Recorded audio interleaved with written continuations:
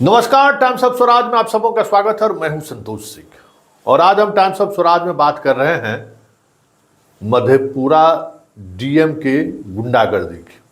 जी हां, जिस तरीके से घटना घटी, 3 लोगों की मौत हुई और उस गाड़ी में डीएम खुद सवार था या नहीं था, इन सवालों को लेकर जब डीएम से लगातार मीडिया वाले मिलना चाहते हैं तो पिछले 2 दिनों से वो मीडिया कर्मी से मिलना तो दूर, फोन उठाने को तैयार नहीं है। ये स्थिति इसलिए है ना कि वो ब्यूरोक्रेट है। आज किसी मंत्री के गाड़ी से अगर इस तरीके की घटना हो गई रहती तो क्या मंत्री अभी तक अपने पद पर बने रहते? क्या मंत्री पर एफआईआर दर्ज नहीं होता? क्या मंत्री के ड्राइवर को जमानत लेनी नहीं पड़ती? क्या मंत्री को नैतिकता के आधार पर इस्तीफा देना नहीं पड़ता? कई ऐसे सवाल हैं कि आज कोई जनप्रतिनिधि होता, रसूखदार जनप्रतिनिधि होता, तो उन्हें भी इस घटना के बाद इस तरीके से जलील होना पड़ता जिसका अंदाजा आप नहीं लगा सकते।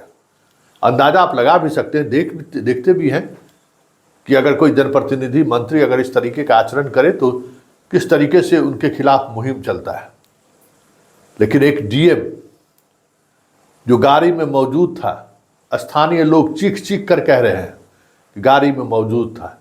एनएचआई के कर्मी भी अब चीख चीख कर कहने लगे कि हाँ, उसमें 2 व्यक्ति और 1 महिला उस गाड़ी में मौजूद था और बॉडीगार्ड भी मौजूद था। घटना घटी, ड्राइवर भी फरार, सारे लोग फरार। दूसरे को ये जिम्मेवारी का एहसास दिलाते हैं और खुद किस तरीके से भाग खड़े हुए इसका अंदाजा लगा सकते हैं। लेकिन बड़ा सवाल यह है कि मंगलवार को घटना घटी और आज शुक्रवार है। 4 दिनों बाद भी ड्राइवर का कोई अता पता नहीं है। ठीक है, जमानतीय धारा में मुकदमा ये दर्ज होता है, ये मधुबनी एसपी कह रहा है।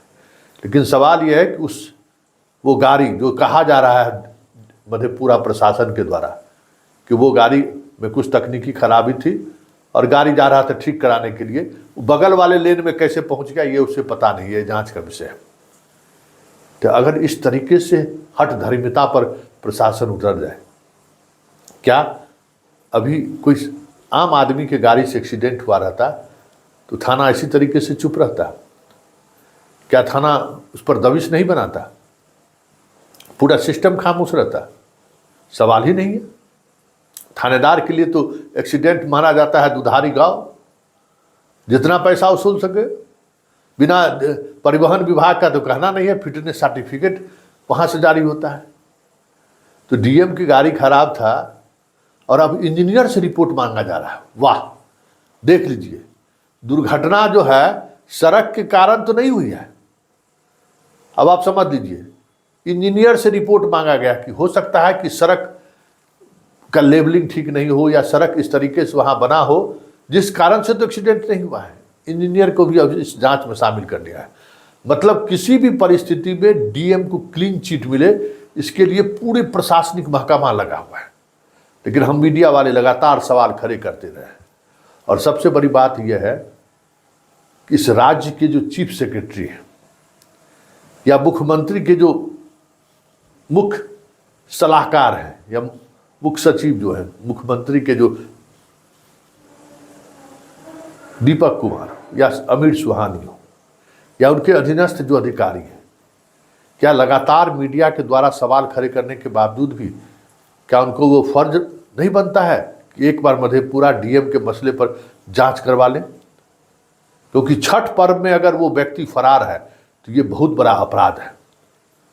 और ये अपराध को जिस तरीके से सरकार, मतलब चीफ सेक्रेटरी और मुख्यमंत्री सचिवालय में बैठे हुए आईएएस अधिकारी बचा रहे हैं, अल्टीमेटली इसका असर बिहार के ब्यूरोक्रेसी पर ही पड़ेगा। ये अलग बात है कि हमारे मुख्यमंत्री अब उस मना स्थिति में नहीं है कि इन सब चीज़ों को वो देख सके और कार्रवाई करे। नहीं तो अगर मुख्यमंत्री उस स्थिति में रहते तब तो कब के नप गया रहता ये अधिकारी।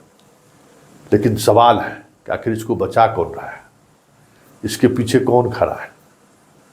क्योंकि जिस तरीके से दुर्घटना हुई है, गाड़ी का जो स्पीड था, जिस स्पीड में गाड़ी जा रही थी, सब लोग कह रहे हैं कि काफ़ी तेज गति से गाड़ी जा रही थी और आप बहुत दूर से देख डिवाइडर को पेंटिंग कर रहा है, आप उसको कुचलते हुए माँ बेटी को मार देते हैं। इससे बड़ा जघन्य अपराध क्या हो सकता है?